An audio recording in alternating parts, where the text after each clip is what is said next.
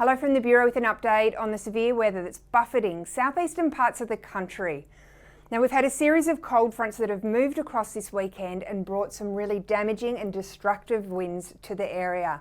And we have another one on its way tonight. Now, we're forecasting the winds to re-intensify about southeastern parts of South Australia this afternoon and then to continue to re-intensify as the cold front moves eastwards. Now, damaging winds are possible anywhere within this coloured area, and that's winds in excess of 90 kilometres per hour and over 100 kilometres per hour for Tasmania.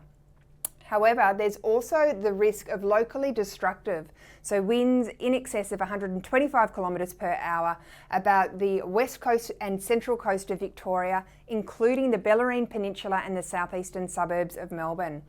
Also, the northeast ranges of Victoria may also have the locally destructive winds, and the west and north coast of Tasmania.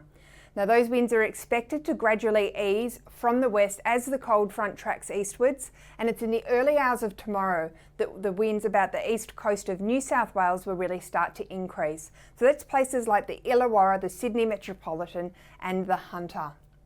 Now, winds of these strengths do have the potential to bring down both trees and branches that may cause property damage, also bring down power lines that could lead to power outages, and also loose objects may be blown around and cause further damage. So let's take a look at the front and how it moves through. So here we can see it approaches the southeast, reaching the far southeast during later this evening, and we're forecasting it to move through the Melbourne area somewhere between 2 a.m. and 4 a.m. Now, we're expecting a line of showers and thunderstorms to form along that frontal band, much colder conditions behind the front though, with the potential for small hail and as well snow down to low levels. So just having a look at that, seeing it scoot across out into the Tasman Sea, clearing during Monday with an easing of the showers gradually as this high pressure system here moves in and sees a return of the settled and clear weather by Tuesday.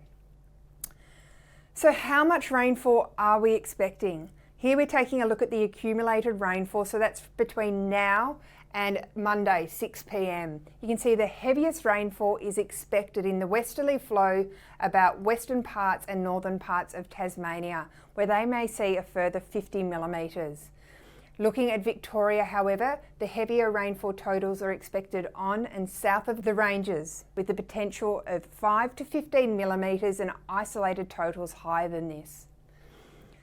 Now, Tasmania has seen a lot of showers and rain over the past week with these series of cold fronts, and it has led to really swollen river systems. There are a number of minor to moderate flood warnings current, and even a major flood warning for the Derwent. And the Derwent is expected to peak later this afternoon at the major flood level.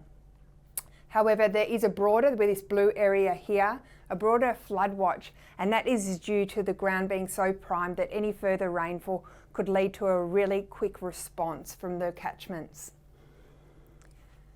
So apart from the wind, there has been very large and powerful waves that have been generated by this vigorous westerly flow.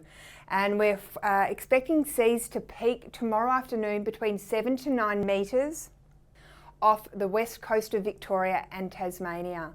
Now, there are also abnormally high tides that are expected to peak on Monday, and especially through the Port Phillip Bay, Western Port and Lakes Entrance, we're forecasting the tides to potentially lead to inundation of low-lying areas. So if you or anyone you know lives across southeastern parts of the country, it's important they stay up to date with our latest warnings via the Bureau website, the app or social media, and as always, listen to the advice from your local emergency services. Bye for now.